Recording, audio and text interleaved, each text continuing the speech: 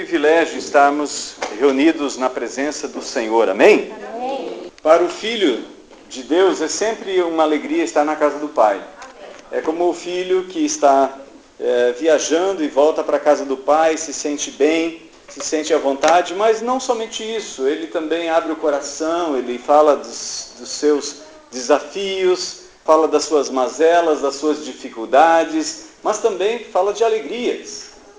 Nós não vimos aqui apenas para apresentar as feridas ou as cicatrizes, mas também vimos aqui para declarar e anunciar e cantar e louvar as vitórias que Deus tem nos concedido. Por isso o culto da família, o culto de domingo à noite, é sempre uma celebração. É sempre um momento especial onde vimos para sermos corrigidos, sermos exortados, sermos redirecionados. Muitas vezes nós temos alguns pensamentos que estão muitas vezes firmados em conceitos que o mundo apresenta como princípios de vida. Mas que quando nós olhamos a palavra de Deus, nós vemos que há um outro princípio. Há um outro rei que governa este novo mundo que nós recebemos quando fomos regenerados por Cristo. E hoje nós queremos meditar um pouco sobre essa nova vida. Já foi falado aqui na abertura, muito bem, com propriedade sobre este tema. Nós nascemos de novo. E Paulo diz lá em Romanos capítulo 6, verso 4 e o verso 5, especialmente lá no final, para que vivamos uma nova vida. E assim quem está em Cristo, nova criatura é. As coisas velhas ou antigas já passaram. Eis que tudo se fez novo. Esse tudo é tudo. Então, enquanto esse tudo não é tudo, algumas coisas precisam ser mudadas na nossa vida. Domingo passado eu não estive aqui, estava lá em Passo Fundo, na primeira igreja batista. O irmão pastor Wilson esteve aqui pregando para os irmãos. O pastor Laerte pediu encarecidamente para eu ir lá para pregar na igreja que ele pastoreia. E não sei se arrependeram, porque eu preguei 1h12 mais ou menos.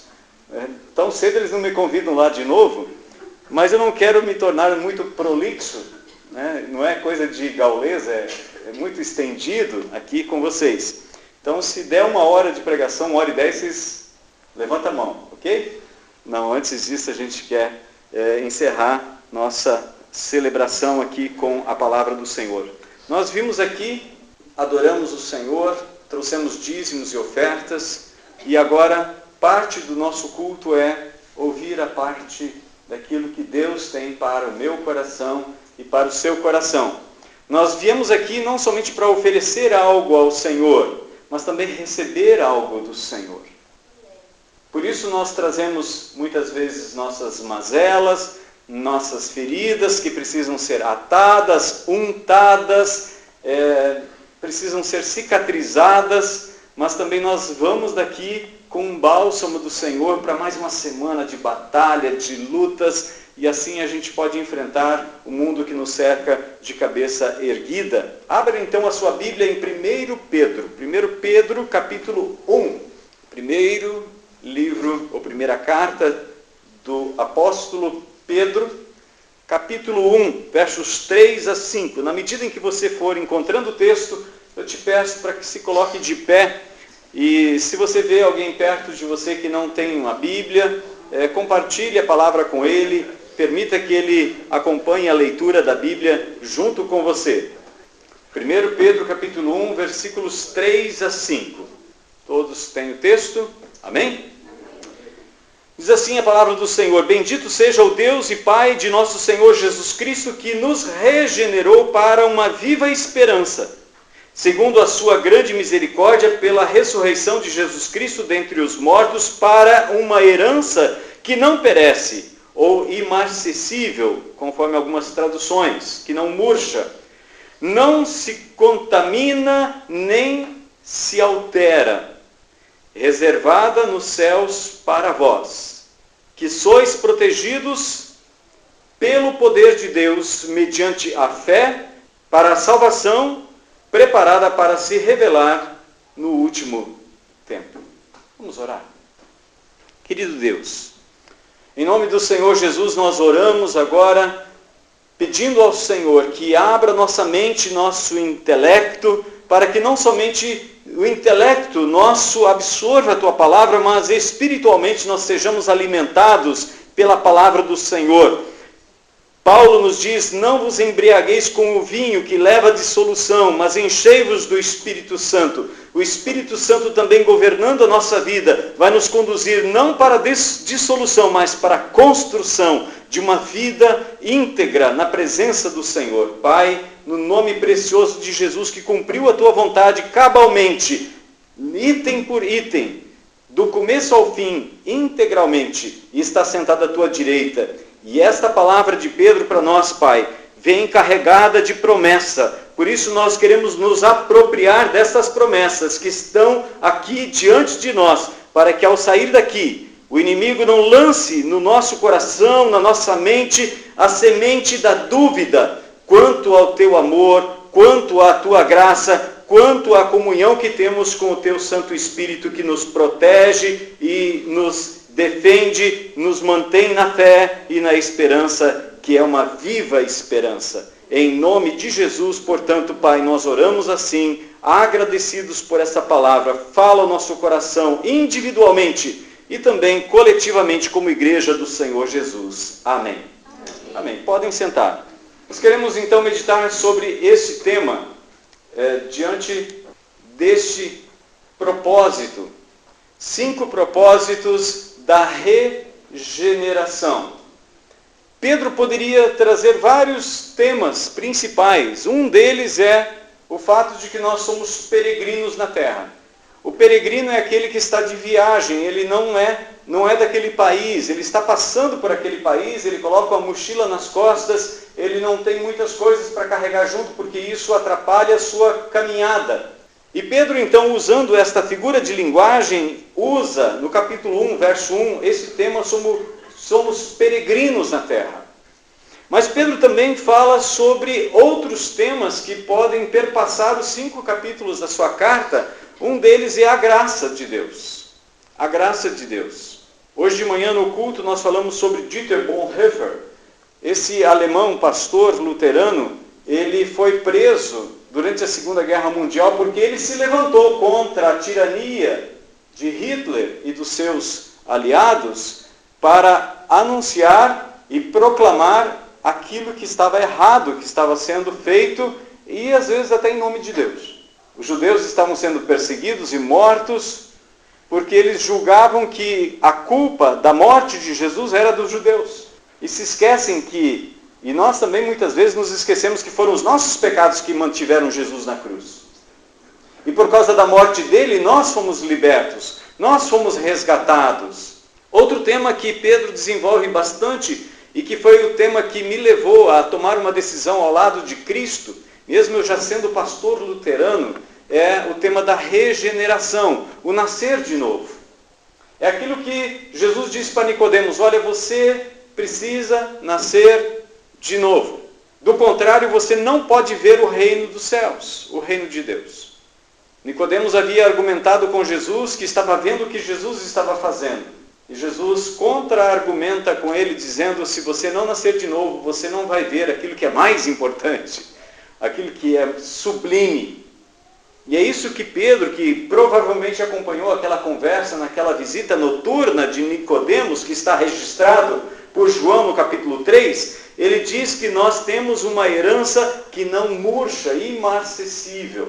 Então, no capítulo 3, também nos fala sobre a graça de Deus e o porquê nós devemos ser submissos. Porque nós devemos não querer e procurar as dificuldades, mas quando elas surgirem, nós devemos honrar a Deus com a nossa vida, porque nós fomos resgatados. Pedro também fala da fé.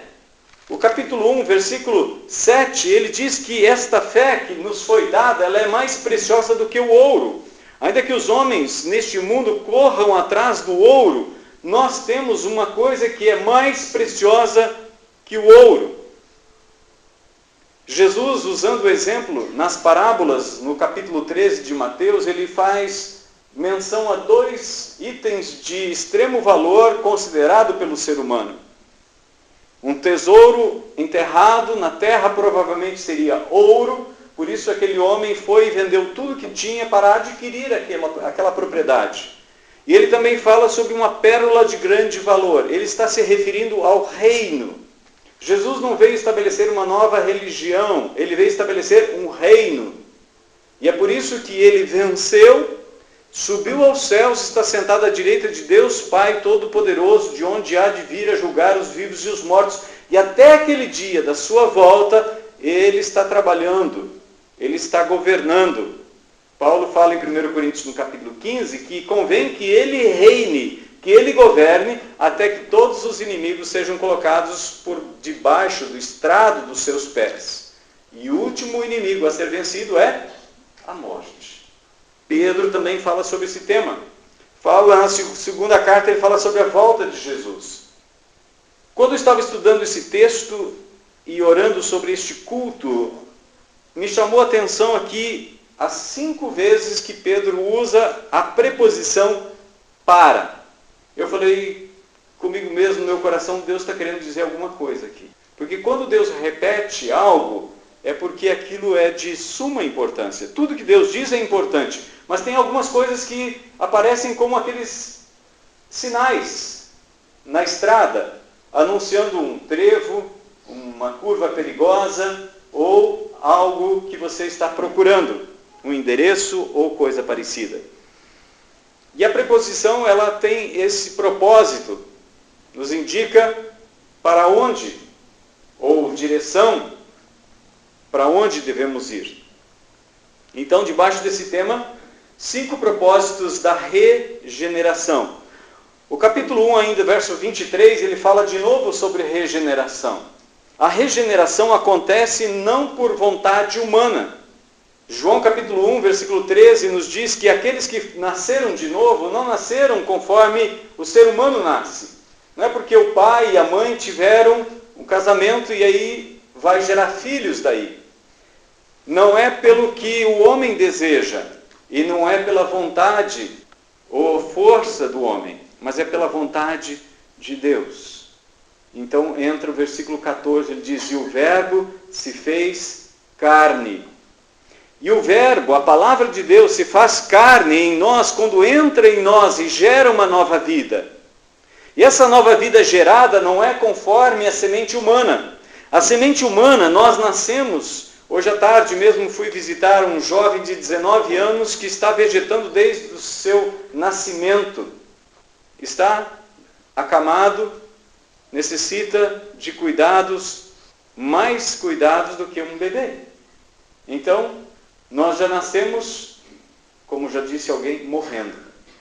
Que bom que fosse o contrário, nós nascêssemos velhos e fôssemos rejuvenescendo até morrer de tanta juventude. Seria interessante, mas isso é apenas teoria. A realidade é outra. E Pedro diz isso no versículos 18 e 19, ele fala que nossos pais nos geraram. E esta geração, ela está envelhecendo e está morrendo. E aí tem doenças à nossa volta que não nos deixam esquecer isso. Cada dia mais nós ouvimos notícia de morte de pessoas.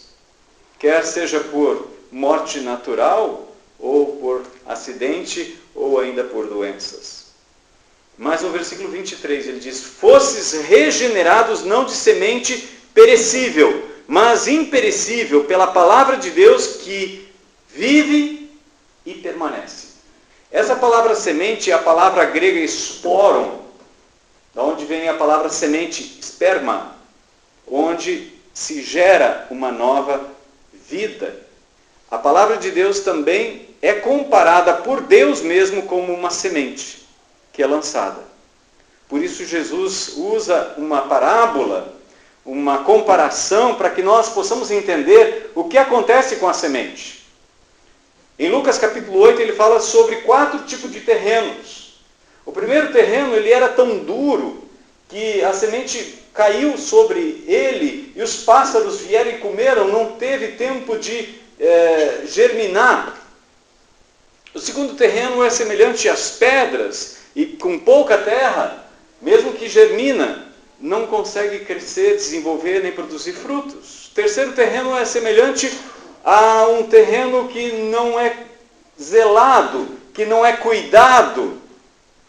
E então, na explicação, Jesus diz que este terreno é aquele terreno que é sufocado pelas riquezas, pelos deleites da vida, pelas preocupações da nossa vida. Mesmo recebendo a palavra de Deus, mesmo tendo sido regenerados, nascidos de novo, nosso fruto não amadurece.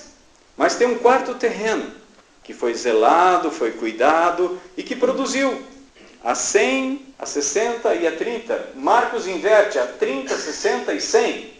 Mas a quantidade não é exaltada por Jesus, e sim o fato de ter produzido. O que nós temos feito com o que nós temos recebido, com essa regeneração, com essa nova vida que recebemos. Nós somos regenerados para uma viva esperança. Alguém já disse que é para evitar casar com alguma jovem cuja sogra tem o nome de Esperança, porque Esperança é a última que morre. Então é bom evitar. Os jovens ainda solteiros, prestem bastante atenção. Brincadeiras à parte, mas esperança, ela morre sim. Paulo fala em 1 Coríntios capítulo 13, versículo 13, que agora permanecem 3 coisas: a fé, a esperança e o amor. Quando Jesus voltar, nós vamos tomar posse da vida eterna. E então não vai mais haver necessidade de esperança. Romanos capítulo 8, versículo 24 e 25, nos fala que nós fomos salvos na esperança. Esperança que se vê não é esperança. Como é que você pode esperar uma coisa que você já está vendo? Uma mulher grávida está esperando um bebê. Ainda que ela faça ultrassom, todos os tipos de exames, ela só vai ver e só vai pegar nas suas mãos a criança após o nascimento. Ela tem esperança. Mas depois que a criança nasceu, a esperança deixa de existir. Surgem outras esperanças. Que ela cresça, que ela tenha saúde, que ela seja uma boa filha, um bom filho, um bom cidadão, alguém temente a Deus. Então Pedro fala lá que nós vamos receber essa salvação preparada para nós no último tempo. E quando esse tempo chegar, vai permanecer uma coisa: o amor. E o amor já deve ser o meio pelo qual nós devemos nos mover aqui neste mundo.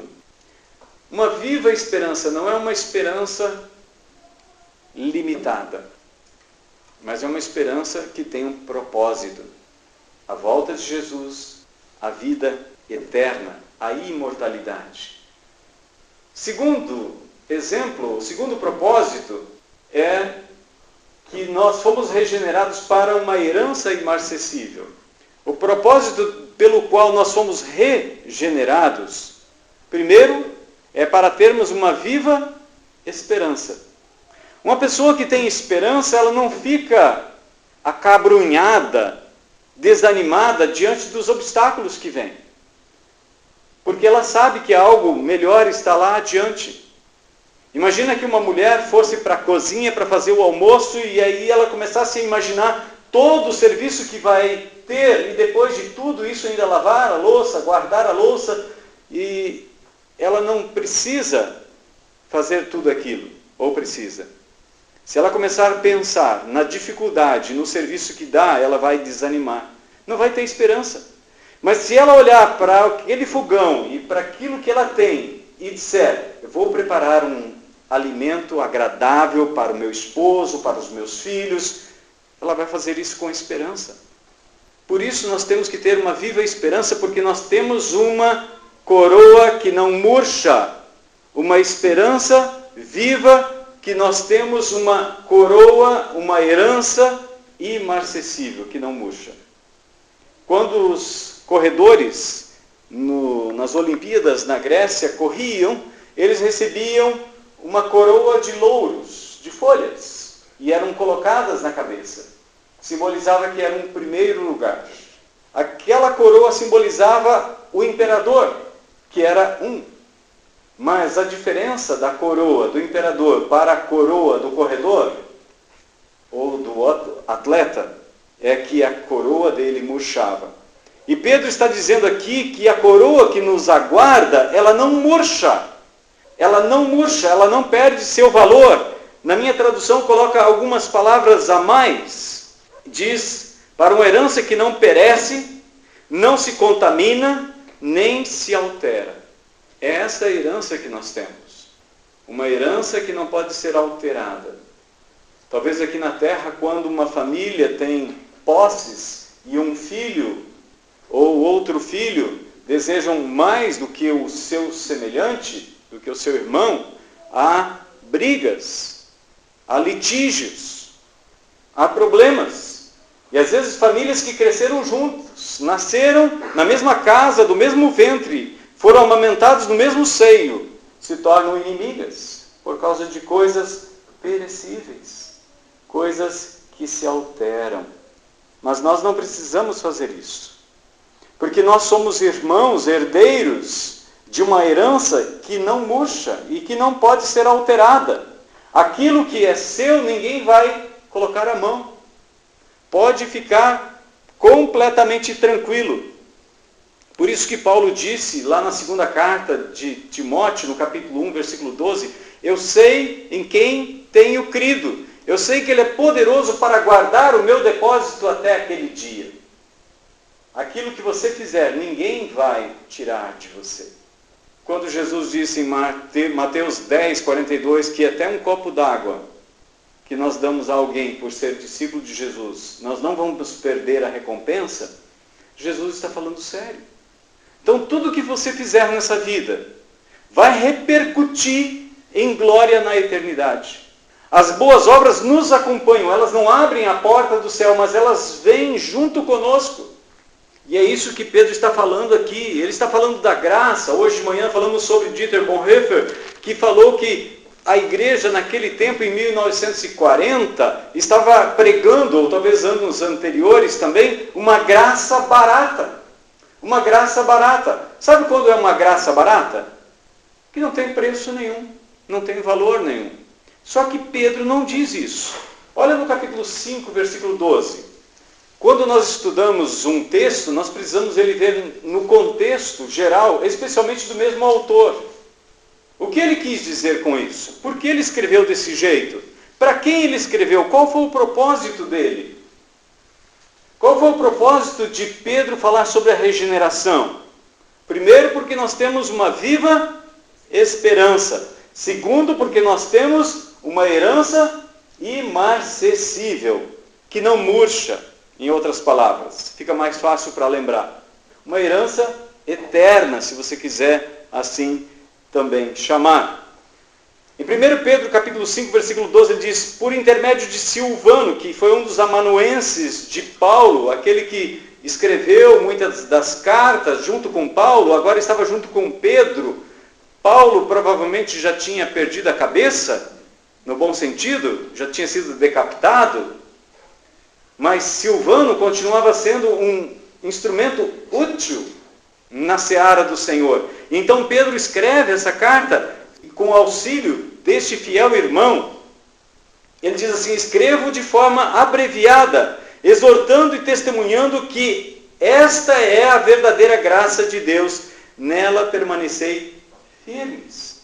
A verdadeira graça de Deus é o que Pedro fala no capítulo 2, ele diz assim, olha, quando você tem um patrão que é mau, que é injusto, glorifique o nome de Deus com essa perseguição. Agora, se você está sendo perseguido porque você é mauzinho, porque você fez sonegação de impostos, você foi para a cadeia, você fez coisas que são dignas de repreensão e de correção, então, aguenta calado. Você fez por merecer. Agora, se você está sofrendo sem mérito, sem ter merecido aquele sofrimento, glorifique a Deus com isso. Porque Jesus também sofreu. Ele é inocente. Ele foi condenado à própria morte. Ele foi pregado numa cruz como um criminoso. mesmo sendo inocente. Até mesmo o governador Pilatos entendeu isso. Ele lavou as mãos porque ele entendeu que Jesus era inocente. Aquele centurião que viu Jesus morrer, na hora que Jesus morreu, ele disse, verdadeiramente este homem era o Filho de Deus. Aquele outro homem ao lado de Jesus na cruz, ele disse, nós estamos pagando pelas consequências das nossas falhas e dos nossos atos, mas ele não fez mal nenhum. Não espere que todo mundo reconheça que você é inocente, porque aquele outro homem ao lado de Jesus não reconheceu. Ele morreu na dureza do seu coração. E Pedro então elenca esses fatos, traz à vista e diz, é desse jeito. O capítulo 3 ele diz, mulher, se teu marido não é crente, ganha ele para Jesus sem abrir a boca. Mas isso não significa que você não possa ir para o teu quarto, dobrar teu joelho e rasgar o verbo diante do Senhor. Derramar suas lágrimas ali. Mas o seu comportamento, junto com o seu esposo, deve ser um comportamento ilibado, correto, sem necessidade de qualquer tipo de observação.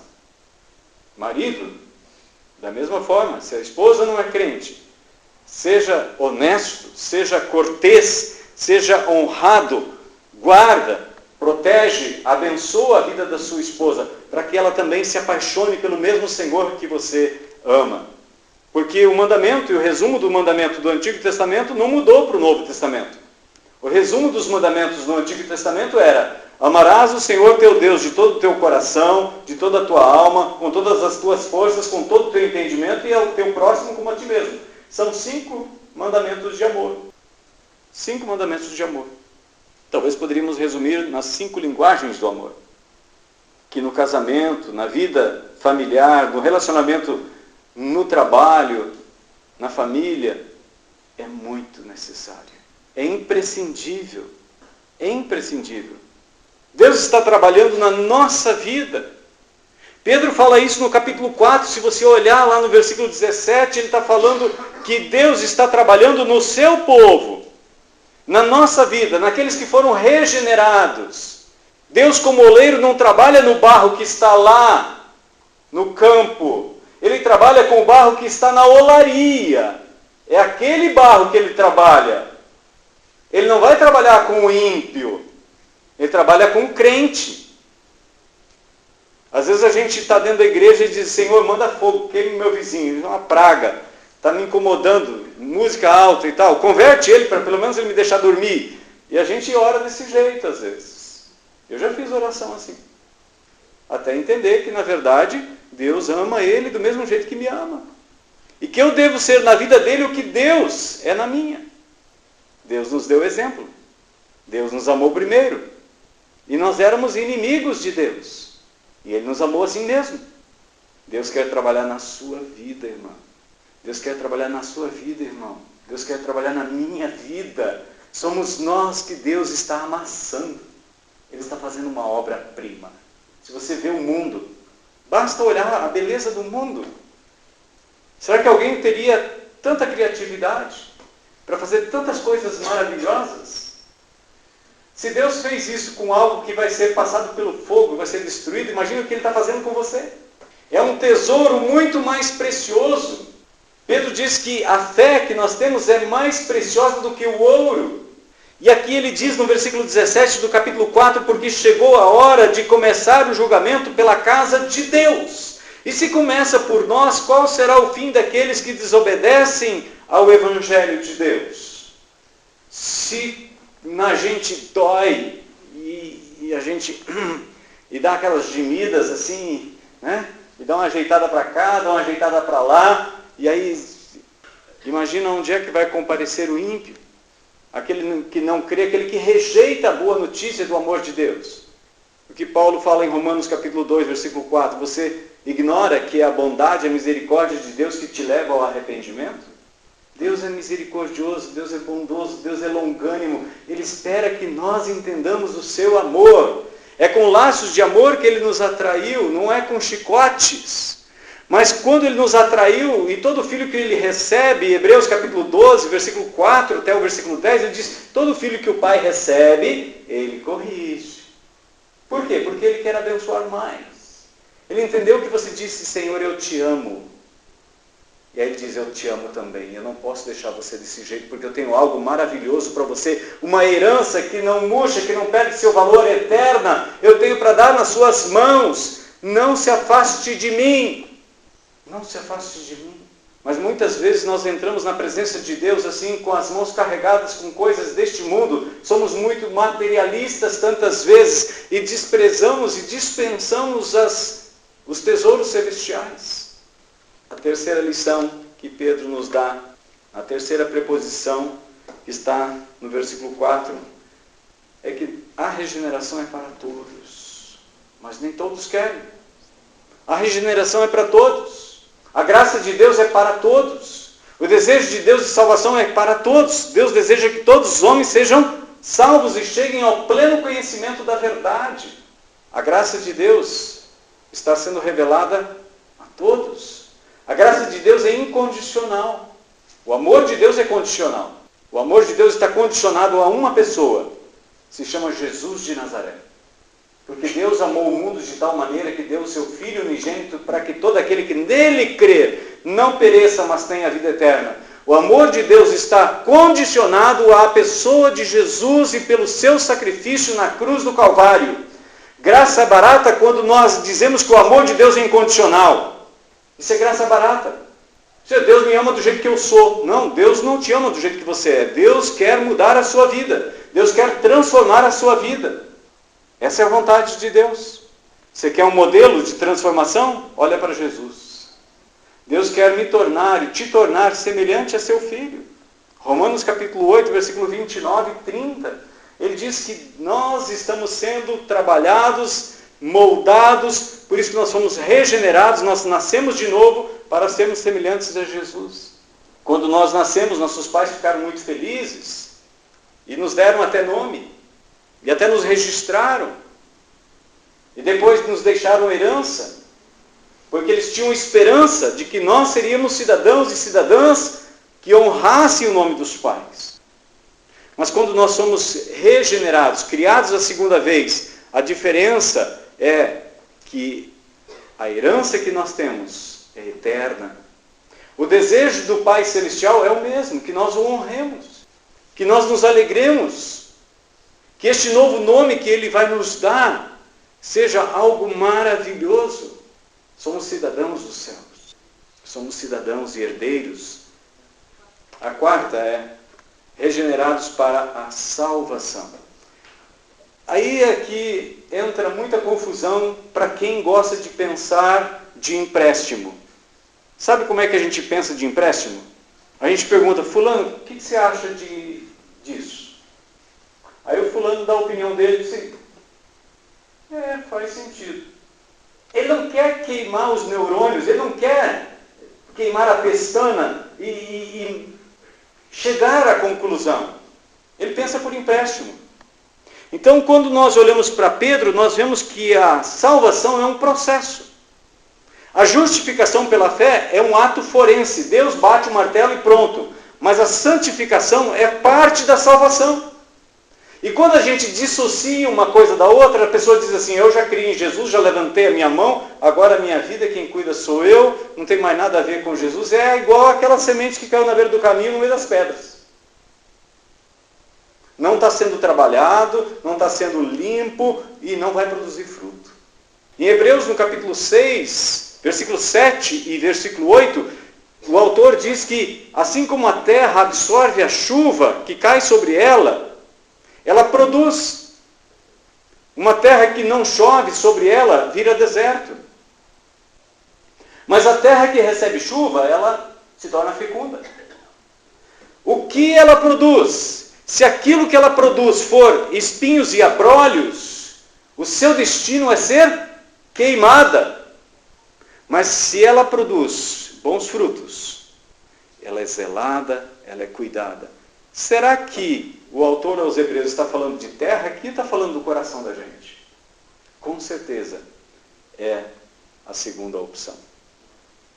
Deus quer que a nossa vida seja mudada, moldada. Hebreus capítulo 12, versículos 4 a 10, já citado antes. Deus corrige todos os filhos que recebe porque Ele ama. Alguém que ama não diz sim para o seu filho em tudo. Aliás, uma das palavras que mais expressa o amor de um pai, de uma mãe para o filho, é outra palavra com 3 letras também, só que vai um tio em cima. Já tem família envolvida, vai o tio junto. Claro que é com L, mas só um trocadilho para a gente descontrair. É não. E tem muita gente que não sabe ouvir um não. Mas como não? A pessoa chega na sua casa e não tem paciência de esperar um pouquinho mais. Às vezes você está no banheiro, você não pode atender a porta. E ele já sai. Ele liga para você e quer que você atenda na hora. Mas as coisas que ele tem para fazer, não tive tempo. Mas essas pessoas são muito impertinentes, impacientes. Mas com respeito ao semelhante, não é tratado do mesmo jeito. É tratado a ferro e fogo. Mas quando se trata dele, veja bem, não é bem assim. Nós estamos vivendo no meio de uma sociedade de pessoas egoístas. Aliás, é isso que Paulo fala para Timóteo, na segunda carta, no capítulo 3. Ele descreve 18 características do egoísta. Basta você ler lá, 2 Timóteo capítulo 3, versículos 1 a 5. 18 características do egoísta. E o que mais me assusta é que a última característica é que ele é um crente, mas não tem a vida transformada. Não tem a vida transformada. Você acha que Deus está trabalhando no barro que está lá fora ou no barro que está na olaria? Às vezes a gente se coloca na posição nós e eles. Não, a Bíblia foi escrita para crente. É para nós mesmos. Os outros que não querem o Evangelho, esse o dia do juízo vai dar conta. Deus vai fazer isso. Não somos nós que temos que julgar e condenar. A única palavra que nós temos para essas pessoas, Deus ama vocês. Vai chegar um dia em que vocês vão comparecer diante dele. E vocês vão prestar conta de tudo que vocês estão fazendo aí. E se isso não demover essa pessoa do seu mau caminho, tira teu cavalo da chuva. Porque se a palavra de amor não converte e a palavra de juízo não converte, não é o teu argumento que vai convencer. Você pode até convencer. Aí você tem um monte de convencido dentro da igreja. Não convertido. Porque o convertido nasceu de novo. Foi regenerado. E o convencido não. O convencido ele está fugindo do inferno. O convencido, ele às vezes vem porque ele acha o ambiente legal. E às vezes por querermos mais gente do lado do reino de Deus, às vezes a gente está agindo com uma graça barata. Sem mostrar a necessidade de transformação. Por outro lado, Pedro também diz que a salvação é um processo. Na teologia nós chamamos de já e ainda não. Olha o capítulo 2, versículo 1 e 2. Portanto, deixando toda maldade, todo engano, fingimento, inveja, toda difamação. O que é isso? Ele está falando para crente aqui, ele não está falando para incrédulo, ele está falando para nós, para mim e para vocês. Deixa tudo isso de lado. Inveja, difamação, engano, fingimento. Deixa isso de lado.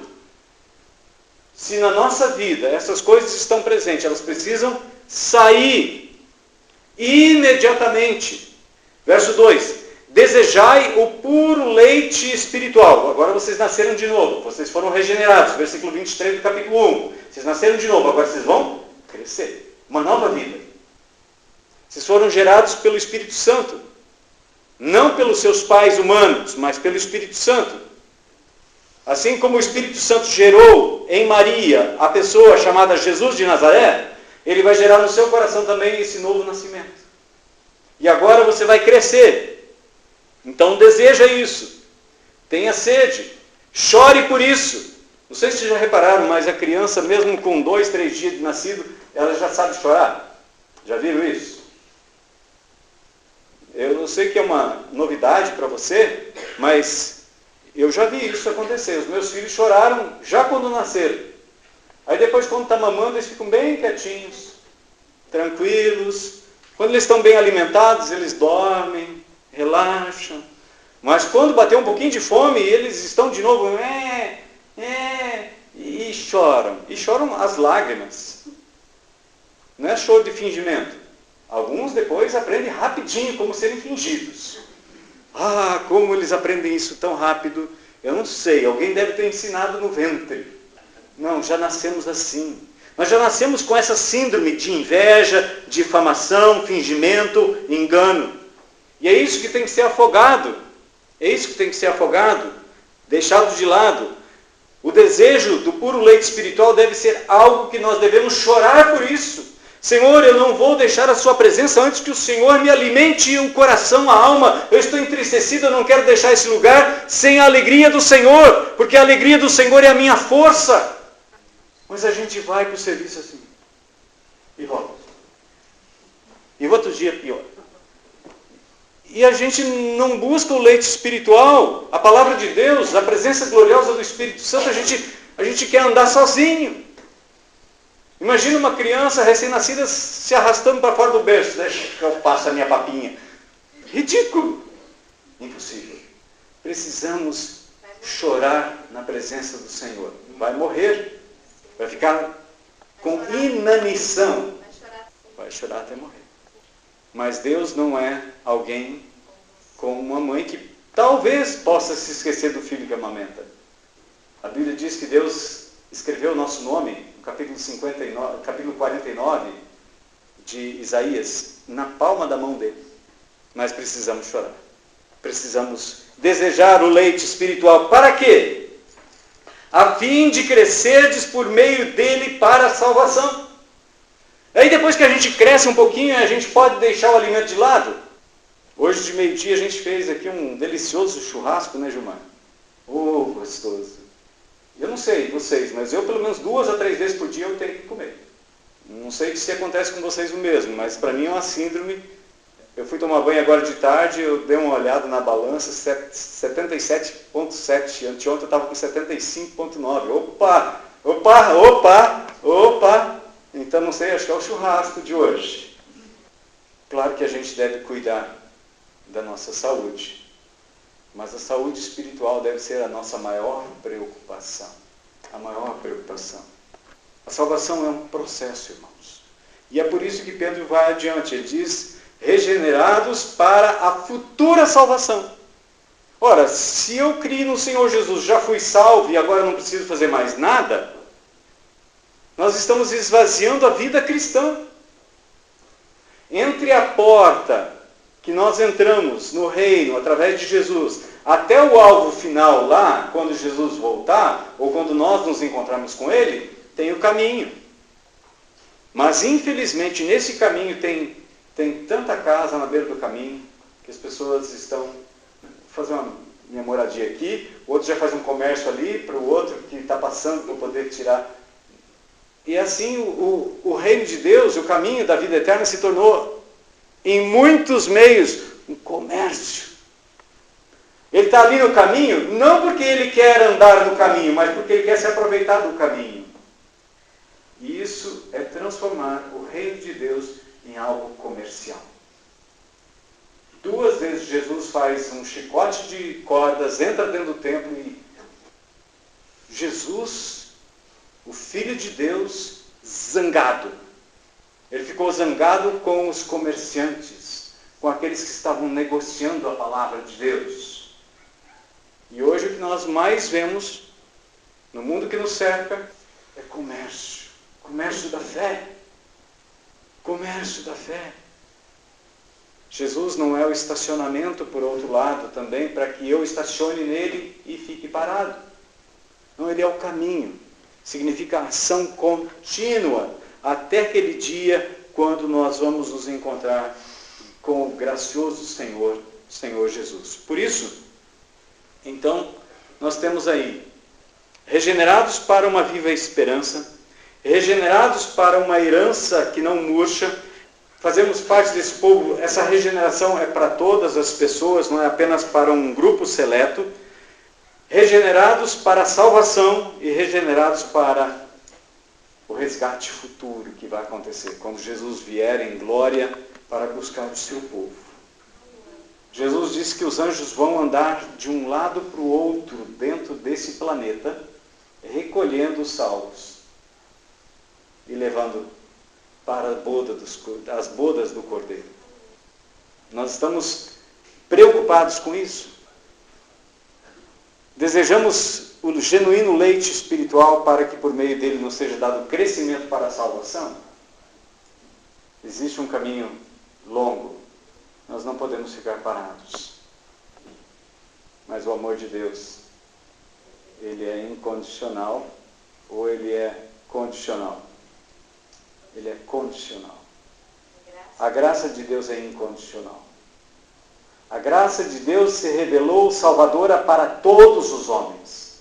E quando Deus diz todos, todos, até o estuprador, o assassino, até eu e você. Mas o amor de Deus está condicionado a uma pessoa chamada Jesus de Nazaré. E ele diz que sem mim, vocês não podem fazer nada. Ninguém vem ao Pai se não for por mim. Eu sou a porta, então vamos entrar por ele. Eu não sei se você já entrou, se você já entendeu essa mensagem da redenção. Eu não sei se você deseja esse novo nascimento. Eu sei que muitos aqui, a grande maioria, já tomou essa decisão ao lado de Jesus. Eu tomei essa decisão dia 14 de maio de 1999. Mas talvez hoje você possa tomar essa decisão de ouvir essa mensagem da redenção, do amor de Deus. E você deseja esse novo nascimento. A Bíblia nos diz que Nicodemos, depois de ouvir Jesus, ele permaneceu na esperança. E quando Jesus morreu naquela cruz, José de Arimateia, junto com Nicodemos, estavam lá tirando o corpo de Jesus. E a Bíblia nos diz em Atos que muitos sacerdotes seguiram e se dobraram à fé em Jesus. Creio que Nicodemos era um deles, de todo o meu coração. Se você deseja ter esse novo nascimento e dizer, Senhor, muda meu coração, transforma. Eu quero ser um barro na casa do oleiro. Não quero ser um barro no chão, em qualquer lugar, mas quero estar na casa do Senhor. Quero ser moldado e transformado pelo Senhor, mesmo que isso venha a doer. Mas eu sei que o Senhor fará a obra perfeita. Pedro nos dá uma lição preciosa neste dia. E Paulo nos diz que aquele que começou a boa obra em nós vai completá-la até o dia de Cristo Jesus. Então não fuja da mão do oleiro. Às vezes ele vai ter que amassar de novo o barro, colocar um pouquinho de água e moldar tudo de novo. Mas a obra final é maravilhosa. Se você deseja ter a mão do Senhor sobre a sua vida, não deixe esse lugar sem tomar essa decisão. Amém? Vamos ficar em pé. Quero convidar o Ministério de Louvor para cantar essa última canção. E durante essa última canção, se você tem esse desejo de que Deus mude a sua vida, transforme o seu coração, e você se torne um filho, um herdeiro de Deus, se Deus, através do Espírito Santo, disse para você, eu também quero, é o Espírito Santo confirmando no seu coração. Então saia do seu lugar, vem aqui na frente, eu quero orar pela sua vida, eu quero abençoar a sua vida, para que Deus transforme e molde o seu coração conforme o coração de Jesus. Amém? Vamos louvar o Senhor então com esta canção. Se você tem esse desejo de se tornar herdeiro, herdeira desta vida maravilhosa que Jesus prometeu, deixe seu lugar como um sinal de confirmação do seu desejo, daquele desejo que o Espírito Santo colocou no seu coração nesta noite.